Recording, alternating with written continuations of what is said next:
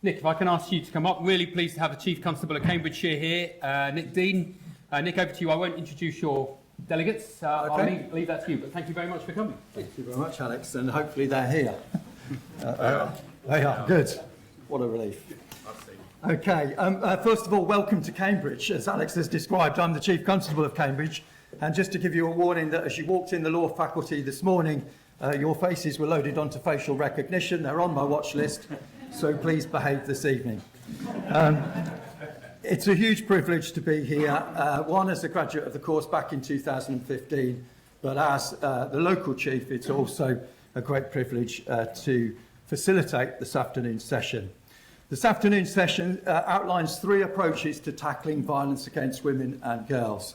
In December 2021, the National Police Chiefs Council, in association with the College of Policing, launched a national framework in relation to VAWG. The aim was to improve, coordinate and standardise policing of this vital agenda.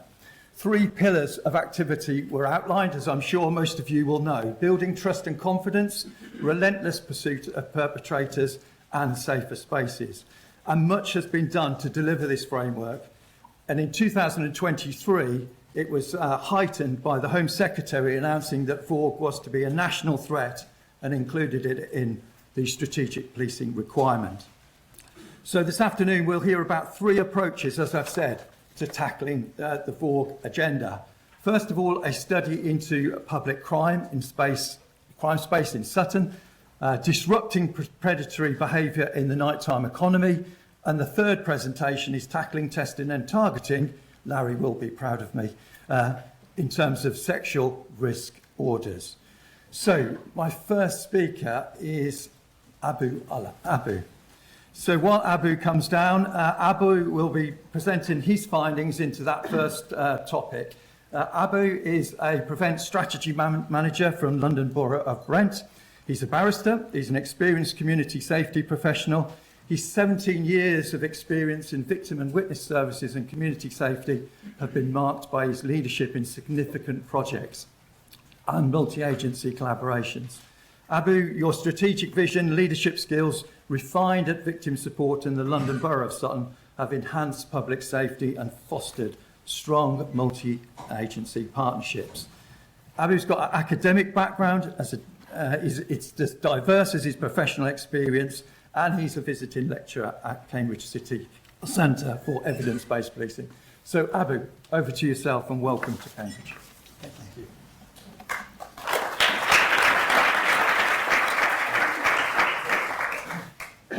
That's a very big introduction to follow. So hopefully I'm able to cover what I need to. So as you've heard, I work in a local authority, not necessarily policing background, but very close to our police colleagues. With a number of high-profile murders in public places, which reminded us how significant the harm can be, brought the kind of issue to the forefront of discussion.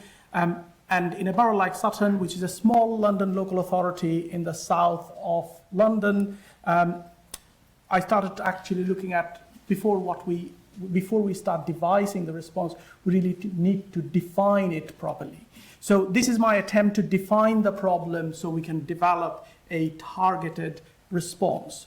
First of all, I looked at, can I map the violence against women and girls in public places and understand their concentration in different places.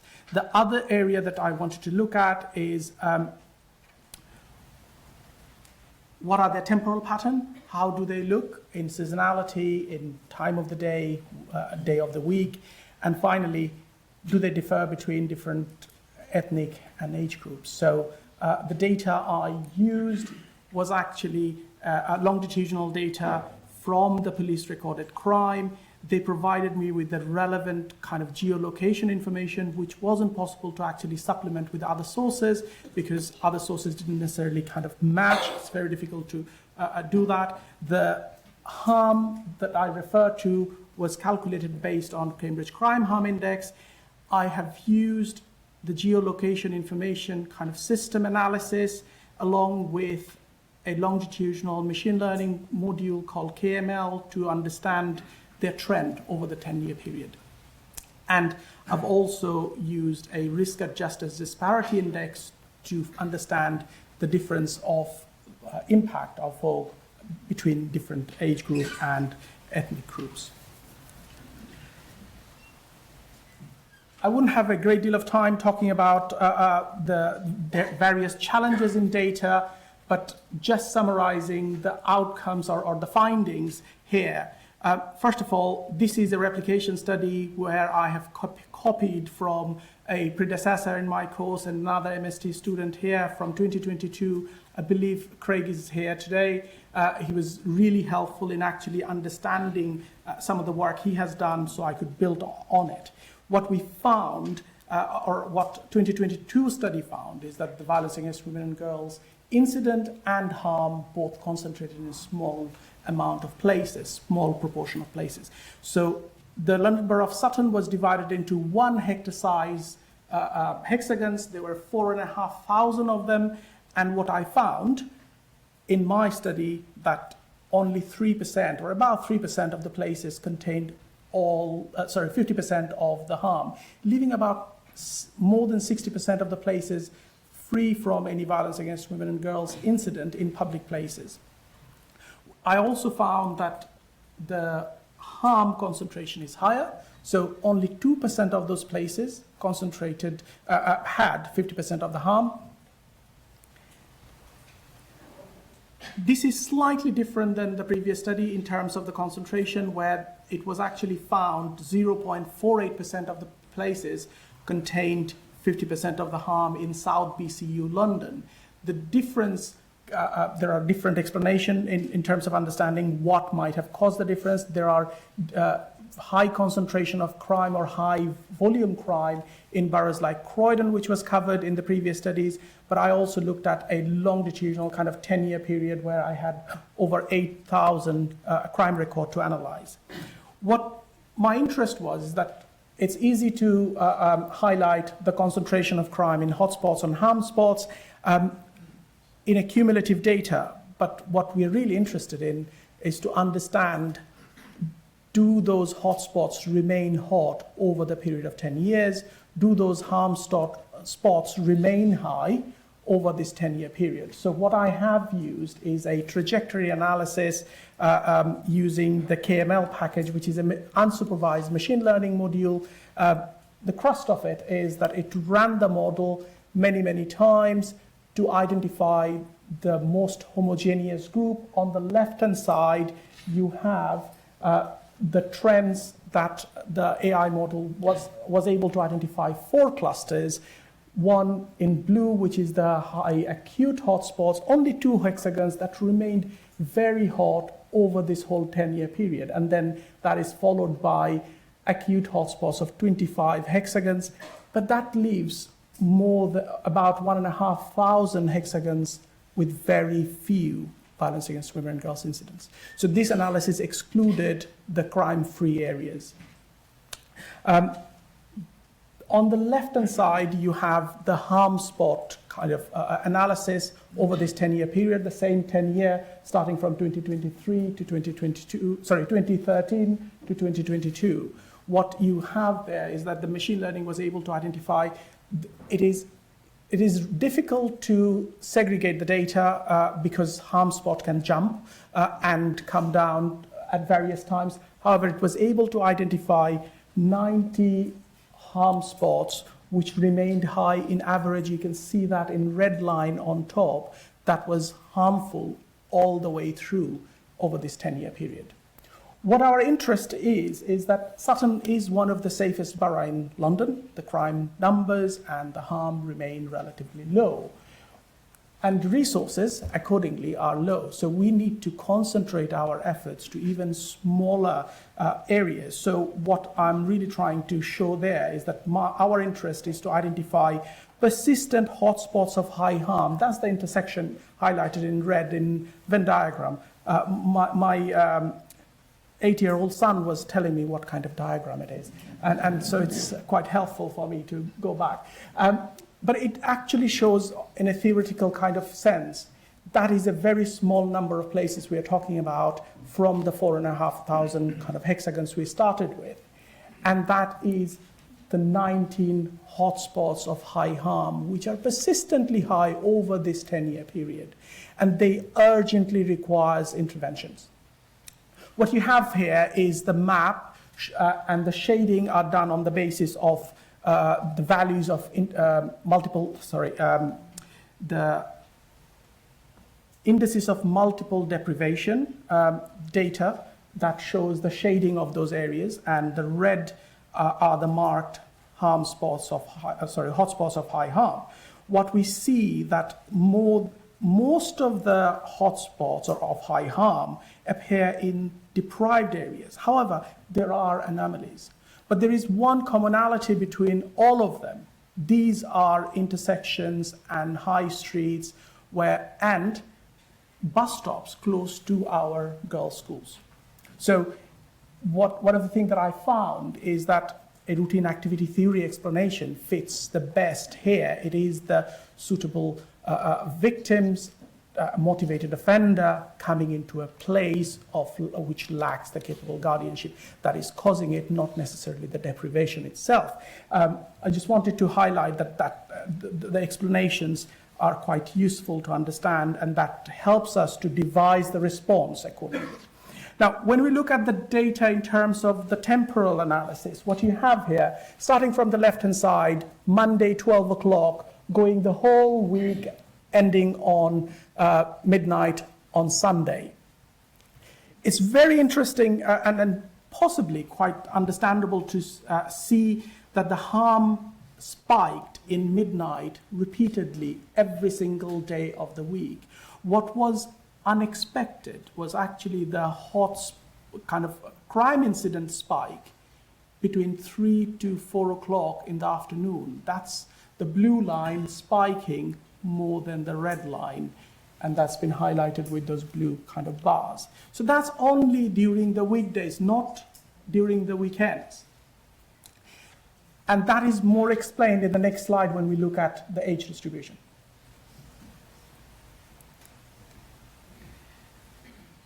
This shows the per thousand population harm by various age groups. What we do see that by the time a girl becomes 12, their number of incidents against that age group starts growing until 16, and then gradually reducing when it goes to about 22 or so. But that doesn't hold true when we distribute it by per thousand population, because 15 to 19 ends up being the highest harm suffering group.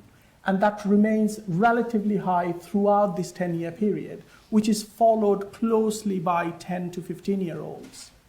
And what we see is that there is a big lump of age, 30 and over, which stays right at the bottom all the way through in this 10-year period. So it is actually the secondary school kids, the college children, young women, and potentially the early university students who are experiencing the highest level of harm from violence against women and girls in public places in Sutton. Now, this is the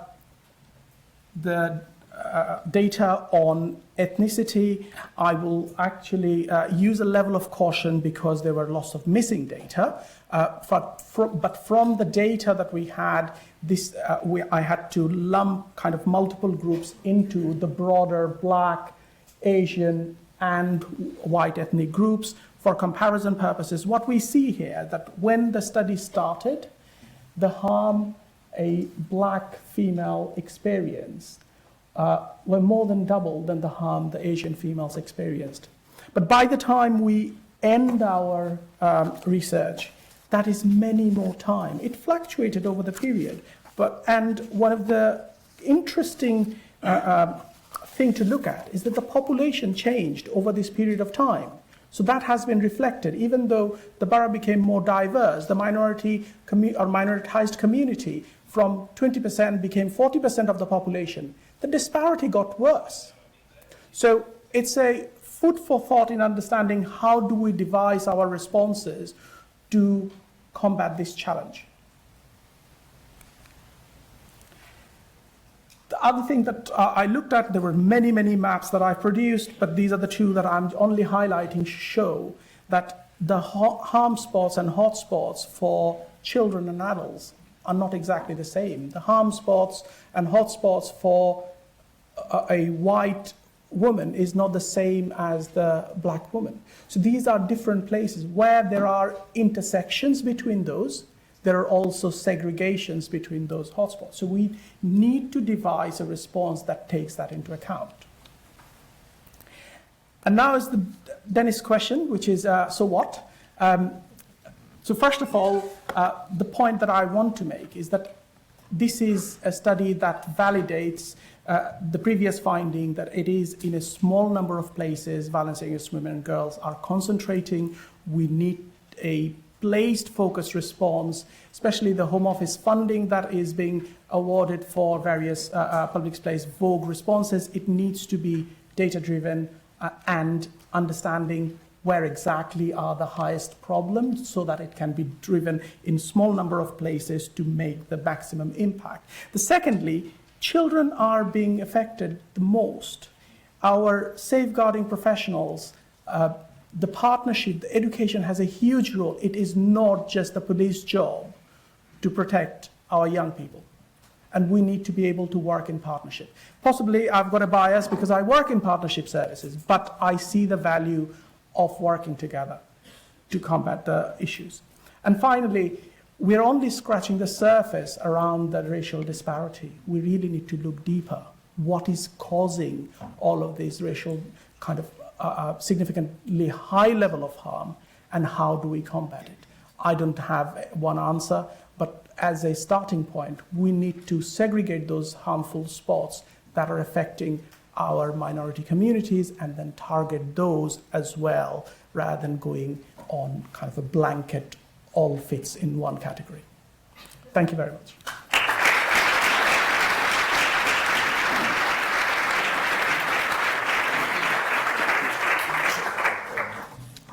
Thanks very much, Abby. So don't go away. We might have to answer some difficult questions. Thanks very much. So our second presentation is by Tina Wallace, Thames Valley Police. Tina is presenting her work on disrupting predatory behaviour in the nighttime economy. While Tina comes down, Tina is a detective inspector working as a covert operations manager and is a tactical lead for Operation Vigilant. Tina has spent 25 years in covert policing, many accolades to her work, so much so that she was awarded the King's Policing Medal in 2022. Her experiences both in counter-terrorism and serious and organised crime has given her a broad base of the application of proactive methodologies to combat serious crime. So this afternoon, Tina will showcase the content of Project Vigilant and how the same concept can be applied across different crime types, but are clearly specifically within the VAWG space. So Tina, over to yourself. Welcome. Thank you, boss.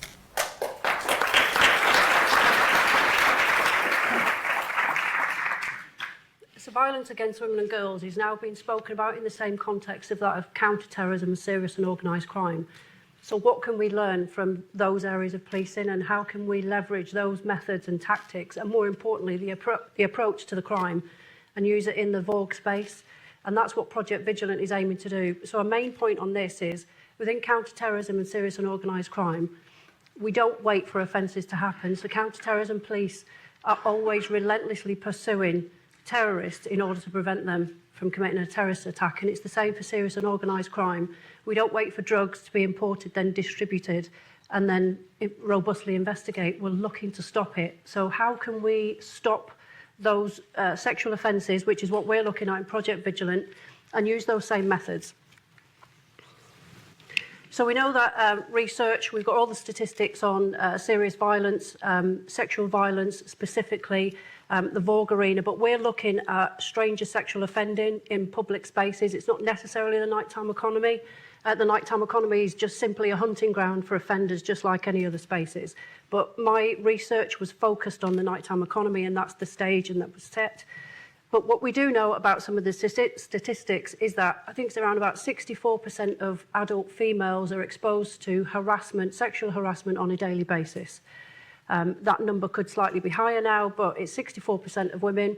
But the biggest takeaway from this is 2/3 of stranger rapes start with an interaction between an offender, the rapist, and his victim. And it's within that interaction whereby he's assessing her vulnerability, and he does that by a number of means. And some of those behaviours that he uses at that point are akin with street harassment. These are opportunities to disrupt that offender to be able to spot those predatory behaviours, that interaction that he's having with the victim whilst he's assessing her vulnerability, and be able to stop it. So the idea is, well, there is some context behind this, but the idea is to use behavioural detection in order to identify specific behaviours. So the context and the background for this started with a covert operation. Of course it was, because I'm covert operations manager, back in 2019, whereby we had a rise in serious sexual offending linked to the nighttime economy and a spike in stranger rapes. But more worryingly, we had an individual who we believed he was targeting victims as they were walking home from a night out. He was stalking them home, following them, waiting until they were going to sleep. And then he broke into their houses. Initially, he started to steal from them, watching them sleep, and then his behaviour escalated. So we mounted a covert operation in order to draw him out and then follow him, identify him and then follow him in order to be able to prevent him from committing any more offences. And whilst we did that, we did draw him out, and then we identified him through specific behaviours, which I will go into. But more worryingly, we identified a number of individuals demonstrating exactly the same behaviours as him. And there were 41 that we stopped in a period of 6 weeks. And we took the decision early on to stop every single individual, because surveillance is normally evidence gathering. We very, very rarely intervene, but we did with uniform intervention, and we stopped 41 individuals, and they fell into 4 distinct categories. Those categories were men who were convicted sex offenders, child abusers, adult rapists, but convicted sex offenders. We stopped a number of men who had been arrested previously for sexual offending, but never been charged or convicted. We stopped men who had a criminal record for other crime types, which is also relevant, and it becomes relevant. And then we stopped men who had never come to our attention ever before.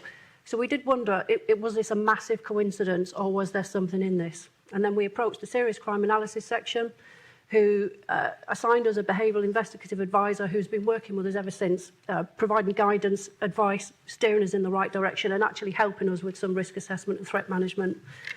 And we had some enormous success within that 6 weeks. Our chief wanted us to broaden this strategy to cover the entire Thames Valley for our main nighttime economies, of which we have 4. But this is not a surveillance operation. This is actually good old-fashioned proactive policing, and the tactics that we use for drug dealing, crime, other crime types like car crime, robberies, that proactive work, which we just applied to the nighttime economy. And then we did this. So we embedded this across our 4 main nighttime economies, and all of them are very different, but they share common factors. So each has got a university campus, each have busy weekends, public events, payday weekends. But they all are quite different as well, but they've all got transport hubs, so it's easy to get in and out of those nighttime economies. So we wanted to show as well that the common factors, but the distinctions within that. At the same time, we'd been running this for about a year, having a lot of success in our view. But what we also did as well is we had to train officers to do this, because surveillance officers, we're professional observers. I look at people for a living, and I watch people, I follow people. I can't believe I get paid for it, in all honesty. But we have learned what to look for, and you can tell generally from a criminal's perspective when someone's in their precursor stages about to commit a criminal offence, and then the aftermath. How do we teach that to officers? Because even as a surveillance officer, I've never been taught criminal behavioural detection. That's come through experience. So we had to then share that experience with 200 officers across Thames Valley Police. And then we decided to do some research on it. So then I had to look at previous studies that had been done, which had not been done in this area, in all honesty, and then apply some theory knitting effectively. So this is actually the really fascinating bit. So I mentioned the 4 categories of the individual that we stopped. So I was looking at any sort of research studies on the motivations of convicted sex offenders, plus geographical profiling. So this is the motivations on the sex offenders. So Lissack and Miller. And the interesting one is that most men are prosecuted on a single count of rape or sexual assault. Yet, according to them, through their interviews with the researchers, They're likely to have committed anywhere between 7 and 11 rapes before they got caught, which is quite significant and really scary. And then there's another study, and it's called the undetected rapist. So for this is the individual, for me, the one that gets arrested but never gets charged because we don't have enough to convict them or charge them. And then these individuals could be roaming our streets, and every time they offend, because they're likely to have very lengthy offending careers, every time they offend, they're building their criminal pedigree, which is no different to other criminals. So you never just become the head of an organised crime group. You don't just become an armed robber. You start somewhere, and that is no different to what is a proficient rapist. So I was concerned with the motivations of these individuals, but I also wanted to look at the geographical profiling, because that's the bit. I'm an armchair profiler. I watch people and I love watching their behaviours. So this is interesting. It's about the typologies of how these men commit crime. So it's, I suppose the academic term is the journey to crime. But the interesting one is like the hunter-poacher. So a hunter is someone who operates in their home area, and the poacher travels outside of his home area to offend. Then we've got the troller, who's an opportunistic offender.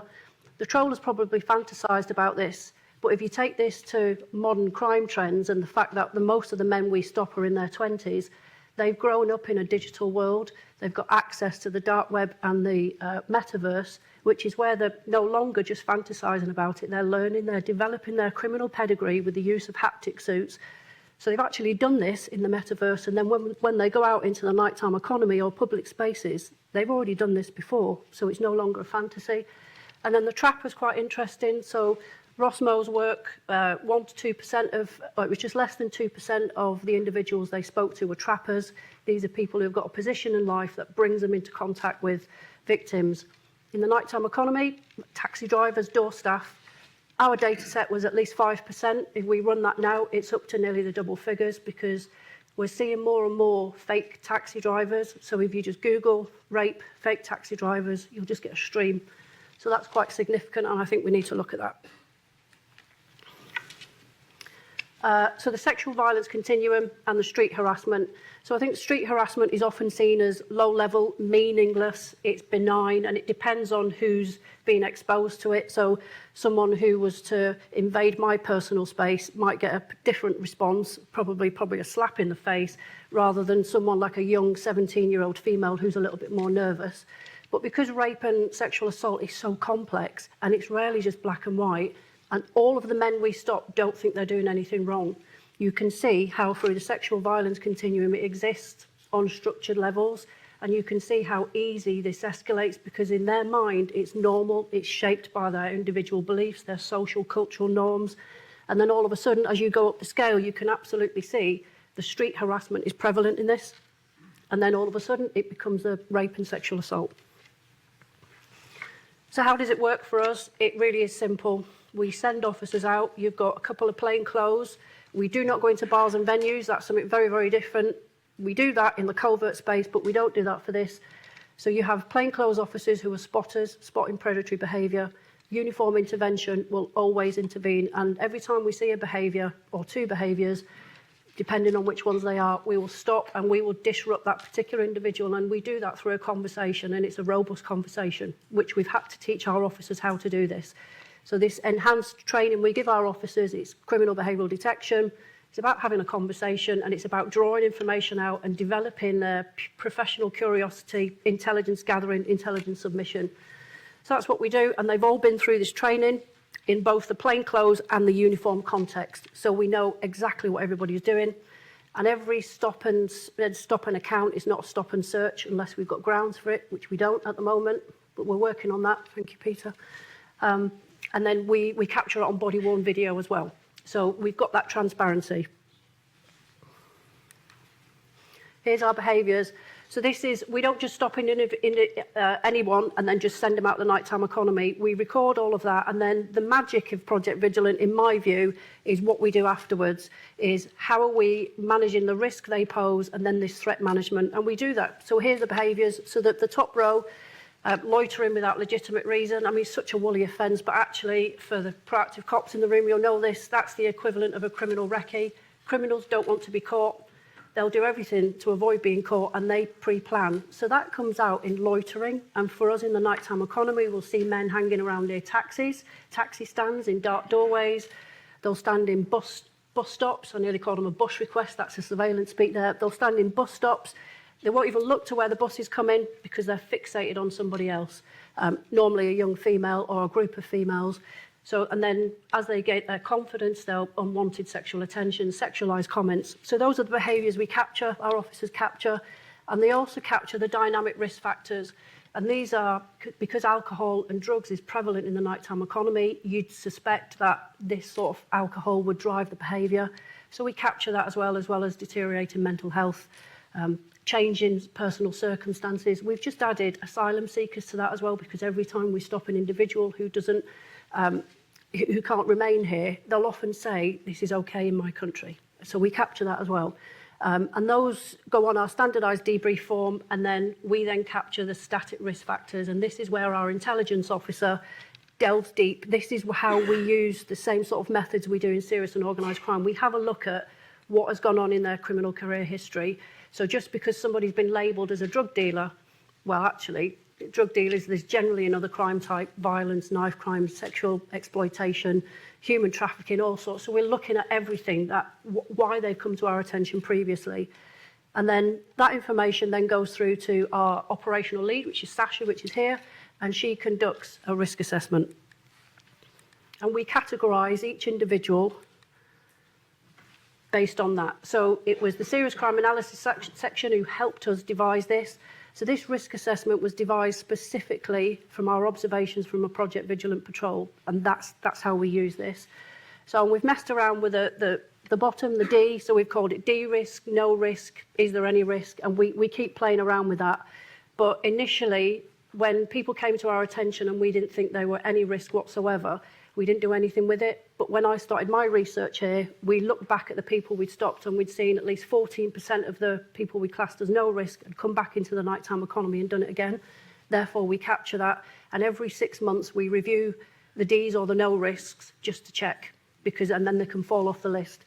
But depending on where they are within that risk assessment would dictate what we do next, because we're always going to do something. It could be an old-fashioned, robust conversation with the individual after the fact. We'll go and visit them the next day and say, you were out of order. It could be education, especially if they are not born here and they've recently come here, so it could be that. That's usually done with our PCSOs or a local sergeant. It then starts to escalate, where we've also got a charity that works with us, Circle South East. We refer people into Circle South East. We've had a massive success with that, 47 referrals in the last 6 months. But we won't refer them in if there's a criminal investigation, because we just don't. And then it goes up the scale.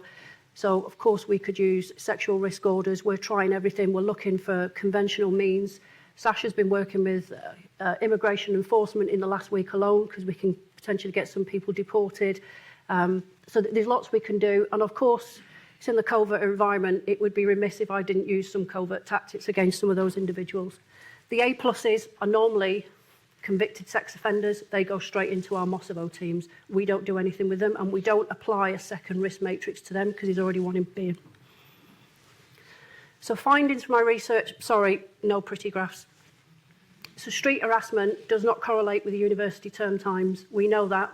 It actually correlates with end of the month, pay weekends, bank holidays, public events. Freshers Week, massive for us. That's where all the predators seem to come out. What else is up there? So, university, it is thriving under our watchful gaze. So I'd looked at the situational crime prevention, routine activities, rational choice. And I think when I first started this programme, I thought routine activities and the absence of a capable guardian meant there was nobody there. Actually, for me, it's the absence of capability. So what are we capable of identifying what we're seeing and connecting that with a serious sexual assault, potentially, or capable of even identifying it and then what to do about it, because this is not just a policing problem, because we can use our partners to support this as well, bystanders, and Tom, who's also my colleague, who's been working with me on this. We're looking at working with Guardians, Street Angels, and I think we're doing a national presentation to a big group of the Guardians, because they're key for this as well, because they're also professional observers. So we're looking to, for that aspect, is improving the capability. Males, so there's a star there, so that's a limitation. So males aged 20 to 27, more likely to be stopped. Well, of course, because the nighttime economy draws younger people in. But serious crime analysis section shows that the prevalent data set for them for serious and sexual violent offenders are in the 20s. So there might be something within that. 40% of perpetrators have a VAWG history, and that could be any type of VAWG, but we wanted to connect that. But we did show that 75% of individuals we stop have a PNC record. And again, there are some limitations with that, but when you look at the labelling of offenders, just because somebody's known as a drink driver, we've got a couple of drink drivers, but actually they were prowling well before, so there's some predatory tendencies. And that's the crossover offending. There is a cultural component to this as well, so we've done a different study with Buckingham University on this one. But what we've seen is that white males are more prevalent in our data set, but they're overrepresented in the B group, but it's more likely to be black and Asian males who are more prevalent in the A and the A pluses. So we're looking at that as well. The University of Buckingham have done that, but that's another study that we need to draw on. And then the typologies, the hunter-poacher, I obviously shown that there. So 22% of our perpetrators travelled outside of TVP. The majority were local offenders or perpetrators, but are they just starting out on their criminal journey? Because that's the one thing, and I know I wildly speculated about it in my thesis, but because they've got to start somewhere, can we look at that? Can we look at where they're starting their criminal offending within the VAWG space? So what about the policies and really how this could affect policing? It's about the proactive management of some of these offenders, because many of you work in that space will know that we tend to react, but we've got to be more proactive about it. We've scaled this up. Lots of other forces are doing this, and you can see up there, some forces are just about to come on board with it. It's really working for them, and it's about that proactive training for them. And the last thing really, bringing it straight back to counter-terrorism, serious and organised crime, is that they use intelligence-led policing to prevent it happening.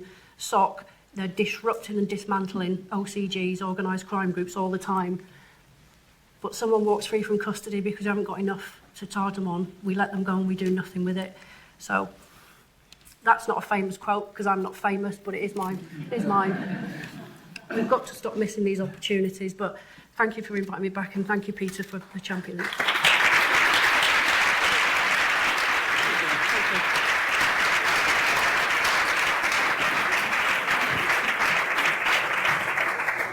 Great, fantastic presentation. So our third and final presentation on this session is from Detective Chief Inspector Dan Whitten from the Metropolitan Police.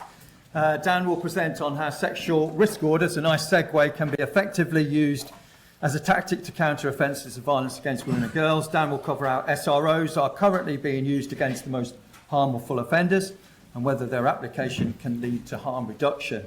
So Dan works as an SIO within the Met Police, leading homicide investigations. Prior to this, 10 years in a range of uniform and detective roles. And as I've said, this focuses on recent research of SROs. So, Dan, over to yourself. Thank you.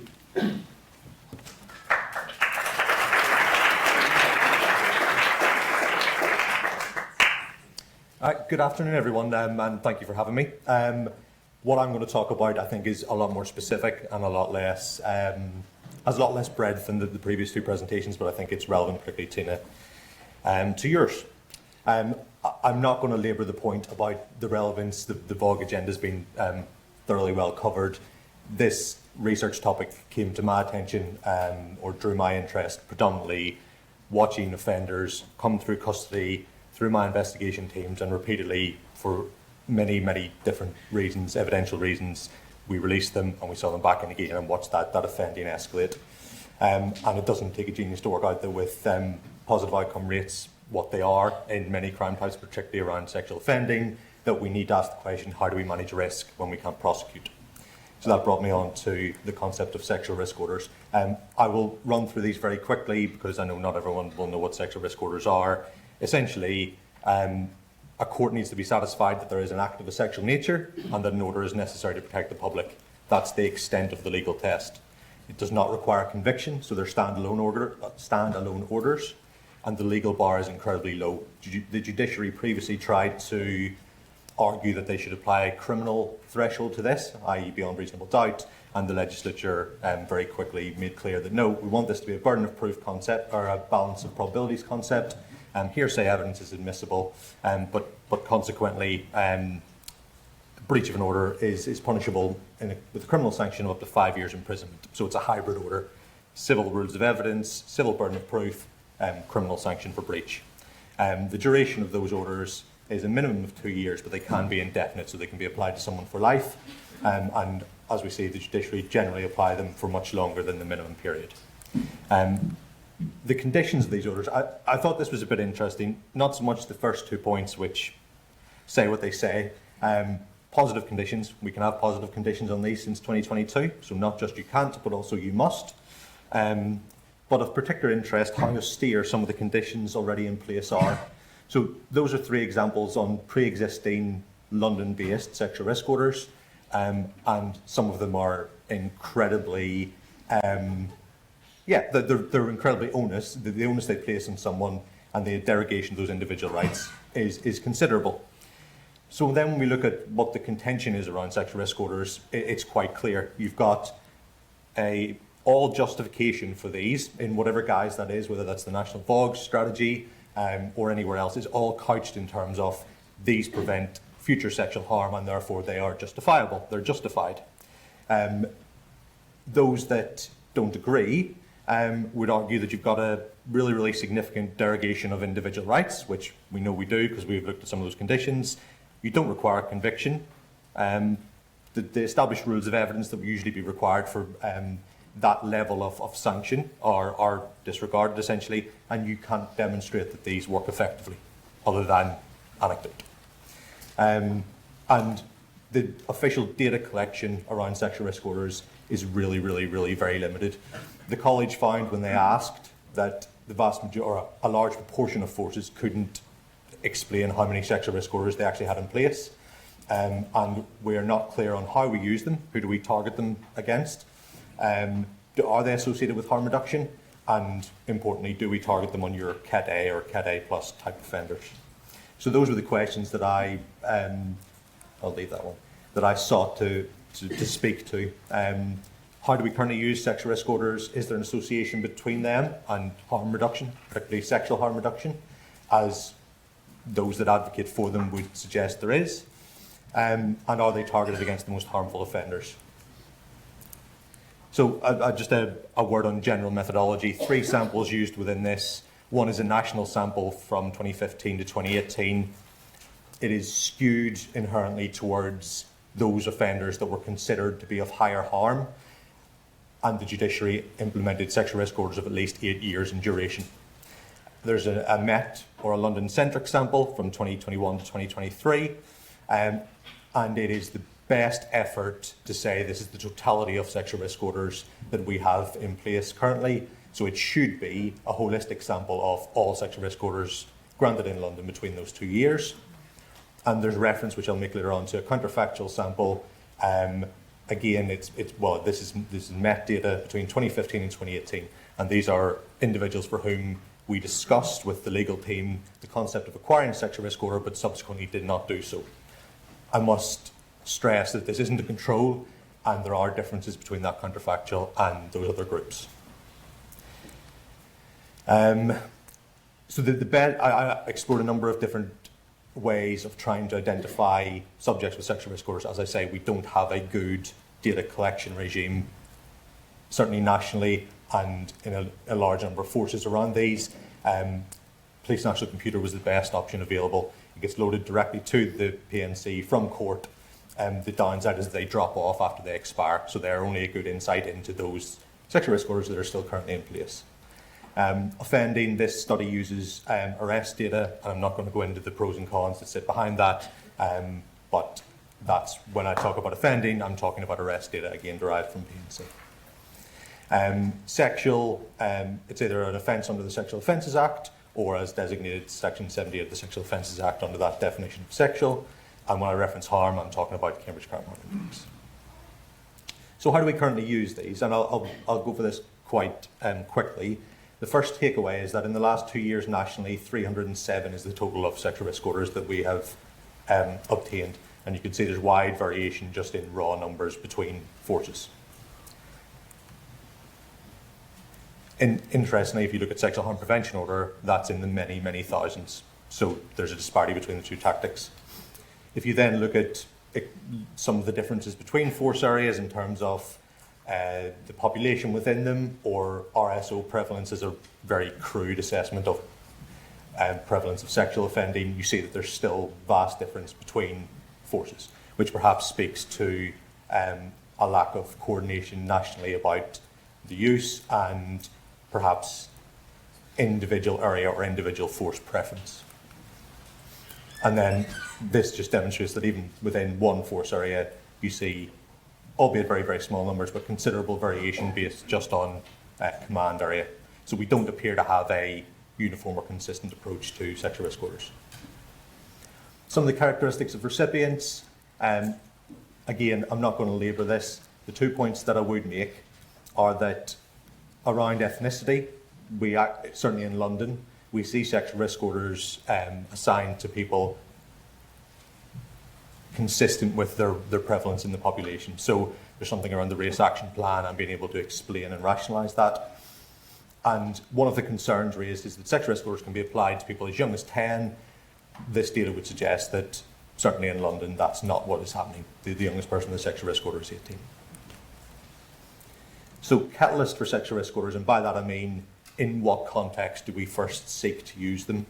Overwhelmingly, we use them when prosecution fails. There's nothing to stop them being used during a prosecution to bolster bail conditions.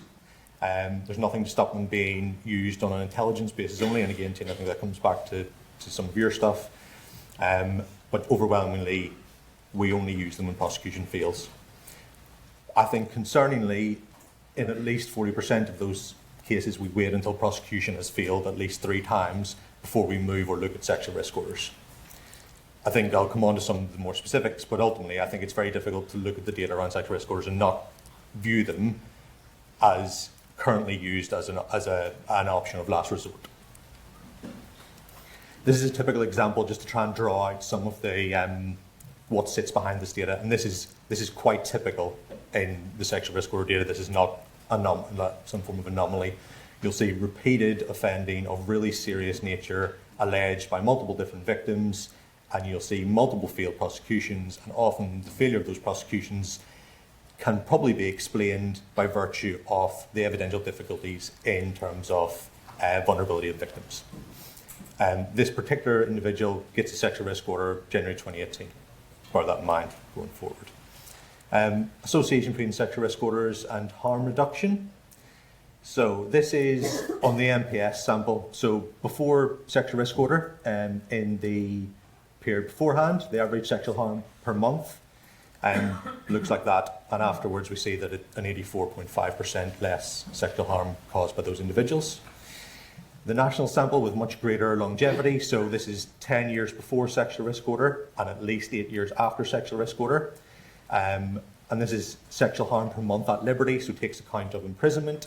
And we see that that's 93.1% less sexual harm afterwards.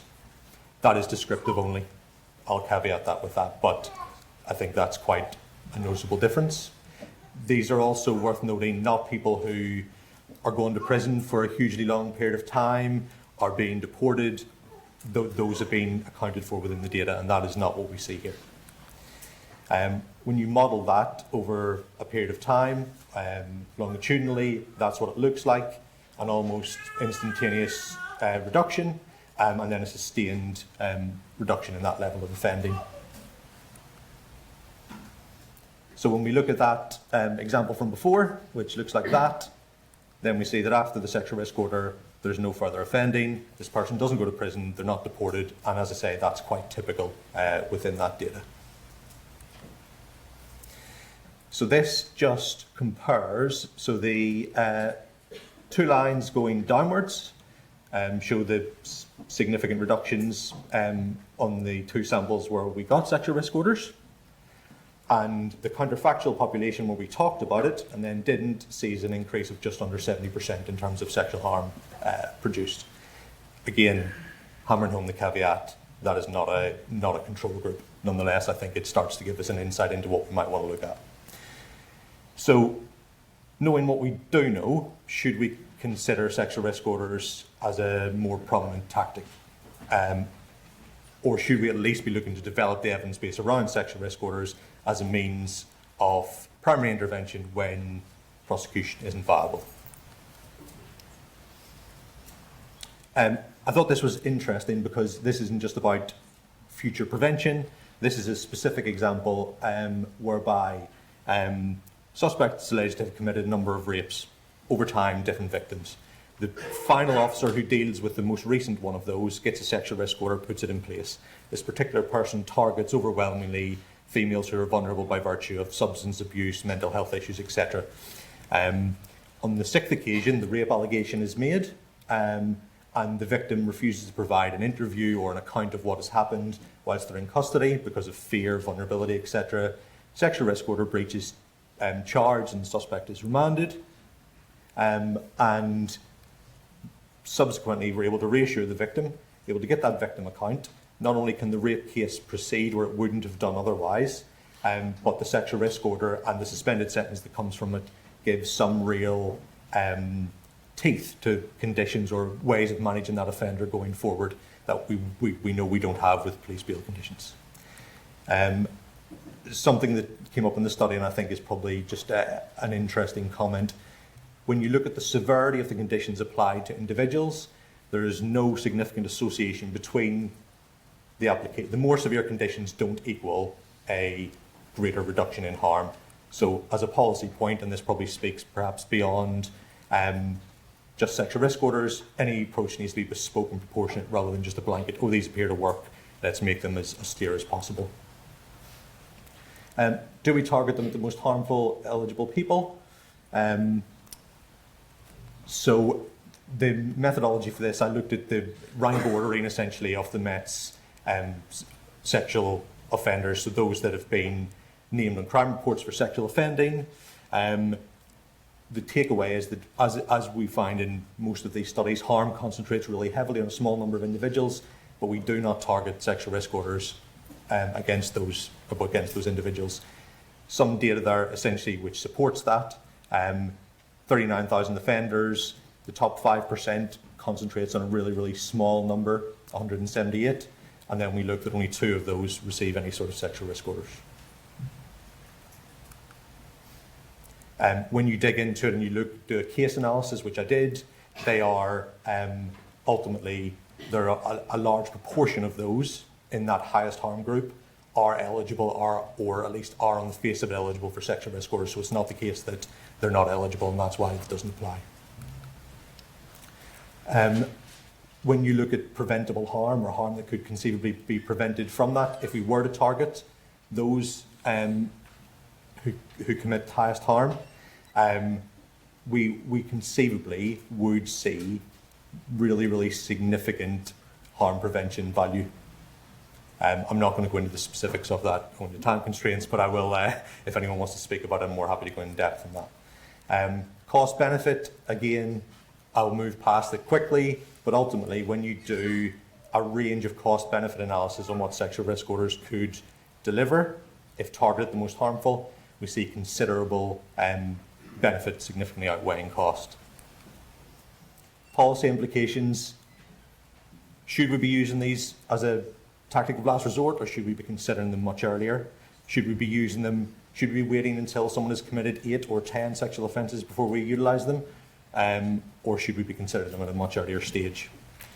At the moment, we don't have any process to identify those who are most worthy of our attention or sexual risk order targeting, albeit there are clearly things in place that we could be utilising them on. We tend to leave these to the individual officers and their discretion. And I think the fact that we don't understand at a force or national level how many of these we have, how we use them, or what the outcomes are, speaks volumes. There are plenty of opportunities, particularly with the rape national operating model at the moment, I think, to embed sexual risk orders front and centre rather than as a last resort. I will finish up.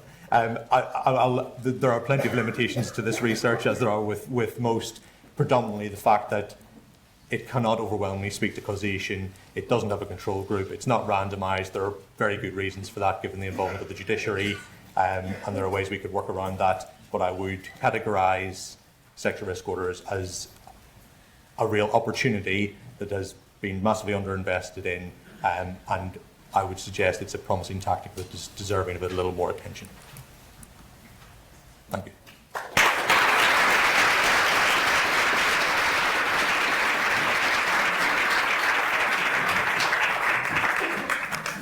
Okay, something I said.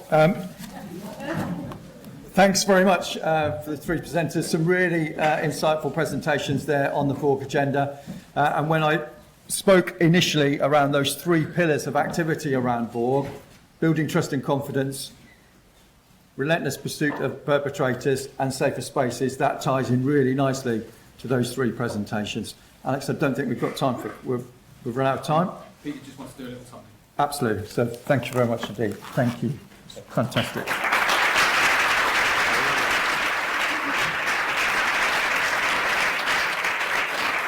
Okay, I'm looking for Brandon. For two of the presentations, firstly, all three were extremely good, but two have been key, have produced really high quality work that I wanted to recognise. The first one, Dan Whitten actually was the top student of his cohort.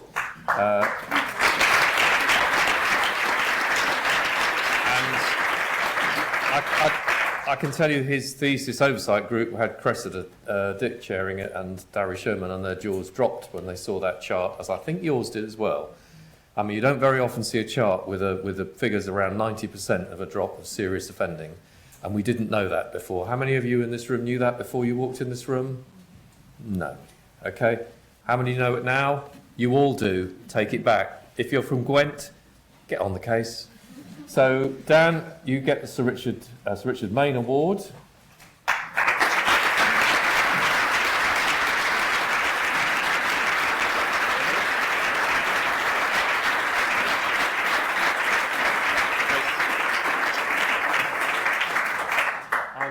And I don't know about anybody else, but the marrying of street policing and street intelligence with Operation Vigilant, and also the focus and the timing of that piece and its potential impact is worthy of recognition.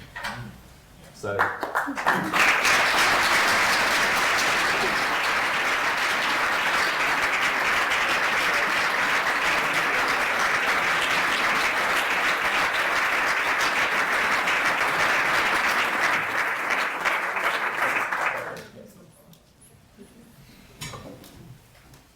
Right. Now you can go now. And, you know, it really helps. This is another example of why it's so important to have Home Office colleagues in this room who are not just observing it, but are also students, and then are taking this back into the field, into the policy field, because if you're sat in this room thinking, when I go back into the Home Office, I've got that 50% target to meet, you just saw three ways towards that, and that is, it's great, it's uplifting when you're confronted by so much difficulty and a service that's been in so much trouble. These are some of the ways out of that avenue that the service got itself into, and I do feel that's a kind of uplifting bit of this day so far. So.